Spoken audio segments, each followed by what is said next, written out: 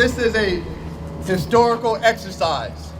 Some would say a spiritual exercise. It's definitely a historical one because we march acknowledging our foremothers and our forefathers marched. They marched because they could not vote for well over 200 years. We could be doctors, we could be attorneys, we could be university presidents, but still we could not vote. Vote rights Act passed in 1964, 1965. So if we do the math, we realize that African Americans have been voting less than 100 years, legally. Less than 100 years.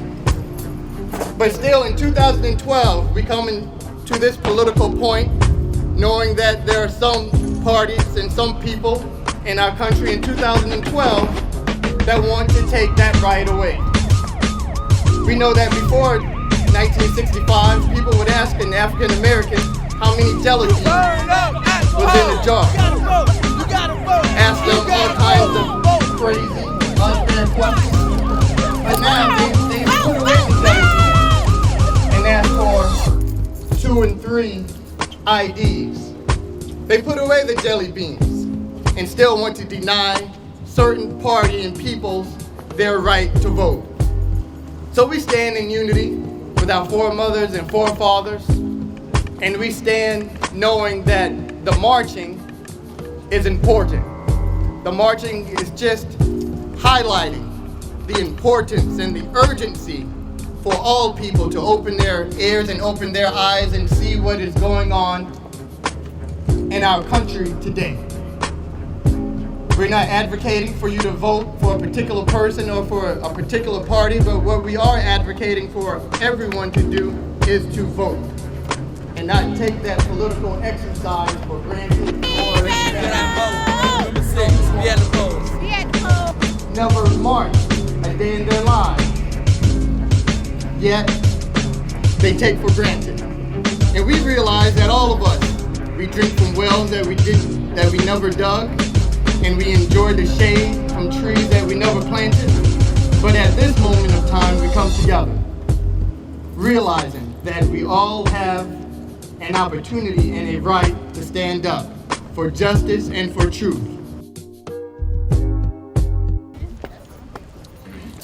Well, this election in general is important to me as well as any other student here not because of tuition and education like that, but because we are our future. And as visionaries, we should really care about, who we have in office and how it affects us, not only ourselves, but our future children and also our parents. So that's why it's very important for us to vote. I know somebody else got something to say in the story class. I know some of y'all got. Come on down. Well, personally, me, myself, I don't have thousands of dollars to pay for college. So if we don't vote, if we vote for the wrong person, then our tuition and a lot of other financial aid will be cut out. So that's my personal standpoint. All right, give them a round of applause. Somebody else, come on, turn this thing on. Let's go. All right. People coming. How's everybody doing? We doing all right. All right. Fired up. I'm gonna keep it real simple. We in America and we as college students consistently say that a person should walk the way they talk. For instance, if I say that I am a Christian, but I do not follow Christ, then I am not walking the way I talk. Exactly. If I say that I'm a doctor, but I do not practice medicine, I do not walk the way I talk. Right. If I say that I'm a lawyer, but I do not practice law, I am not walking the way I talk. If I say that I am an American, but I do not vote, I am not walking the way I talk.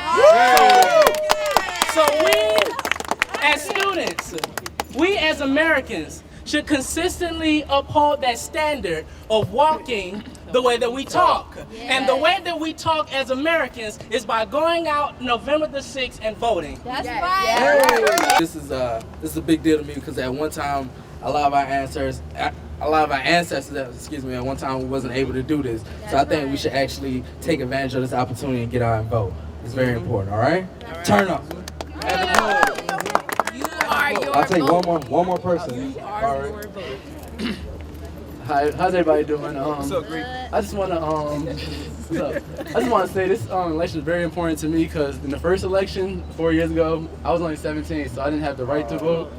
I missed out on like something that did change our nation, and I just feel like a voteless nation is a hopeless nation. I'm gonna say it again. A voteless nation is a hopeless nation. That's right. If we don't vote, we take away our power to make our nation the way we want it to be. Right. And I just feel like on November 6th, we all need to be out here at the poll, voting. It doesn't matter who you vote for, because your vote makes a difference. One vote can change the way this country is ran for the next 4 years. Thank you. All right. Woo! Thank you, Mr. President. I'm going to give some closing remarks to Reverend Walden, Dr. Hill, who left, Alpha Kappa Alpha sorority, Mass Comm, to Ms. Coger's class, the freshman class, senior class, junior class, to Kemet, to Avery, to everybody, to Sigma Gamma Rho sorority. You know I love y'all. Iota Phi Theta, Phi Beta Sigma, all of the Divine Nine sorority, Greeks, fraternities and sororities, all of the club organizations that are out here today. I thank you. We wanted to make this an important event, an important success, and I really thank y'all for coming out. I just want to say that if you have lazy relatives, lazy friends, even lazy members of your organization, tell them to get up and stand up for something, because this election is too important for us to pass by. We have to go vote. If you register to vote, please go vote. We're one of the few states that does not have that crazy voter ID law because the Supreme Court knew it was crazy and they stopped it. Get up, fight, step up, turn up at the ballot box. We have so much on the line. If we do not do this, if we get the wrong person in office, that's going to be detrimental to our education. And I believe a gentleman was up here talking about financial aid. I'm another one. I do not have thousands of dollars to spend. I know my family doesn't have it. And if a certain person gets into office, all of the grants and all the things that I enjoy and that many other college students enjoy, they will be eliminated. Point blank and simple. So we're going to close it out with Reverend Walden. Reverend Walden, I really appreciate you for coming out and doing this for us. Can we give Reverend Walden a hand?